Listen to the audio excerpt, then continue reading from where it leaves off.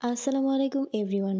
আজকে আমি আপনাদের সাথে শেয়ার করব আপনারা বাসায় বসে কিভাবে দোকানের মতো করে পারফেক্ট বুন্দিয়া তৈরি করতে পারেন। আর এই বুন্দিয়াটা আমি দেখাবো ৩টা স্টেপে আপনাদের যাতে সহজ হয়। চলুন তাহলে কথা না বাড়িয়ে প্রসেসে চলে যাওয়া যাক। প্রথম ধাপে বুন্দিয়া তৈরি করার জন্য আমরা একটা ডো তৈরি করে নিব। আর তার জন্য আমার লাগবে এই জায়গায় বেসন। আমি এই জায়গায় ২ কাপ পরিমাণ বেসন নিয়ে নিয়েছি। এবং অল্প একটু লবণ দিয়ে দিয়েছি যাতে স্বাদটা ব্যালেন্স করতে পারে, এবং ১ চিমটি পরিমাণ সোডা দিয়ে দিব। তারপর ভালোভাবে শুকনো উপকরণগুলো মিক্সড করে আমি এখানে অল্প অল্প পরিমাণ করে পানি দিয়ে দিব। প্রায় ১ কাপ থেকে একটু বেশি পরিমাণ আমার পানি লেগেছে বুন্দিয়ার এই ডোটা তৈরি করতে। তারপর এটা খুব ভালোভাবে মিক্সড করে নিব যাতে কোনো দানাদার অংশ না থাকে।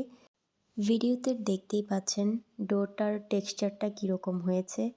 সেম এই রকম টেক্সচারেই আপনারা বুন্দিয়া তৈরির জন্য একটা ডো তৈরি করে নেবেন। আর এইভাবে সেম টু সেম ডোটা তৈরি করলে আপনার বুন্দিয়া মিষ্টিগুলোও খুব ভালো হবে। প্রথম ধাপের কাজ শেষ, এখন আমরা দ্বিতীয় ধাপে যাব। এখন বুন্দিয়া মিষ্টিগুলো তৈরির পালা। মিষ্টি তৈরি করতে অবশ্যই আমাদের এই টাইপের ছিদ্রযুক্ত একটা চামচ লাগবে। এই টাইপের চামচ ছাড়া বুন্দিয়া বানানো সম্ভব নয়। এখানে আমি তেল দিয়ে নিচ্ছি ২ কাপ পরিমাণ। তারপর তেলটা যখন একটু গরম হয়ে আসবে, এভাবে আমরা চেক করে দিব যে তেলটা ঠিকমতো গরম হয়ে আসলে এভাবে চামচের উপরে ব্যাটারটা দিয়ে দিব। তারপরে দেখতেই পাচ্ছেন ব্যাটার থেকে ছোট ছোট মিষ্টি টপটপ করে পড়ছে, আর কত সুন্দর মিষ্টিগুলো হচ্ছে। আর কখনোই একদম ছোট পাত্রে মিষ্টি ভাজতে যাবেন না। এভাবে মিষ্টিগুলো পড়লে আলতো হাতে এভাবে একটু ভেজে নিব, নেড়ে চেড়ে একটু ভেজে নিব মিষ্টিগুলোকে, তারপর উঠিয়ে নিব। দেখতেই তো পাচ্ছেন কত সুন্দর হয়েছে মিষ্টিগুলো, একদম গোল গোল, মাশাল্লাহ খুবই সুন্দর হয়েছে। মিষ্টিগুলো আপনারা এইভাবে একটা কালারেও খেতে পারেন, তাছাড়া দেখার সুবিধার্থে আপনারা বিভিন্ন কালার ইউজ করতে পারেন। আমি এই জায়গায় একটু জর্দার রং নিয়ে আর একটু কালার করে আরেকটা কালার মিষ্টি ভেজে নিব। সেমভাবে ওই রকম ব্যাটারটা দিয়ে চামচের উপর আবার মিষ্টিগুলো ভেজে নিব। আপনাদের মিষ্টিগুলো ভাজতে যদি সমস্যা হয়, যে দেখেন যদি যে মিষ্টিগুলো সুন্দর হচ্ছে না, তখন চামচটা আবার একটু পরিষ্কার করে নেবেন, ধুয়ে নেবেন। যাই হোক, মিষ্টিগুলো দেখতেই পাচ্ছেন মাশাল্লাহ খুবই সুন্দর হয়েছে। আপনারাও ট্রাই করবেন, আপনাদেরও ইনশাল্লাহ আপনাদের মিষ্টিগুলোও খুব ভালো হবে আমি যেভাবে দেখিয়েছি সেভাবে ফলো করলে। মিষ্টিগুলো খুব ভালোভাবেই বানিয়ে ফেলেছি। এখন আমরা মিষ্টি তৈরির তৃতীয় ধাপে যাব। এখন আমরা শিরা তৈরি করব।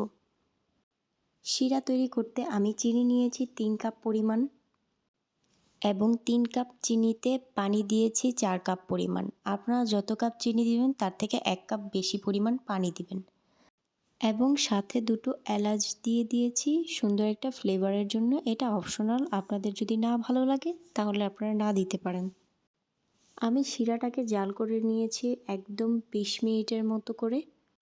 শিরাটাকে ২০ মিনিট জাল করার পর আপনারা একটু হাতে দেখবেন, মানে শিরাটা যখন শুকিয়ে যাবে তখন একটু হাতে যদি আঠালো লাগে তাহলে বুঝবেন যে শিরাটা হয়ে গিয়েছে। শিরাটা হয়ে গেলে চুলাটা বন্ধ করে রেখে দেবেন শিরাটা ঠান্ডা হওয়ার জন্য। শিরাটা মোটামুটি ঠান্ডা হয়ে গেলে তখন আঙ্গুল দিয়ে চেক করে নেবেন। গরমটা যখন সহনীয় পর্যায়ে থাকবে তখন মিষ্টিগুলো দিবেন। খুব বেশি একদম ঠান্ডাও না, আবার খুব বেশি গরমও না। সহনীয় পর্যায়ে যখন থাকবে তখনই মিষ্টিগুলো দিবেন। কখনোই মিষ্টিগুলো গরম শিরাতে দিবেন না, তাহলে আপনাদের মিষ্টিগুলো একদম ভেঙে নষ্ট হয়ে যাবে। মিষ্টিগুলো দিয়ে হালকা হাতে আলতো হাতে মিষ্টিগুলো উলটপালট করে তারপর মিষ্টিগুলোকে ঢেকে দিতে হবে ২০ মিনিটের জন্য।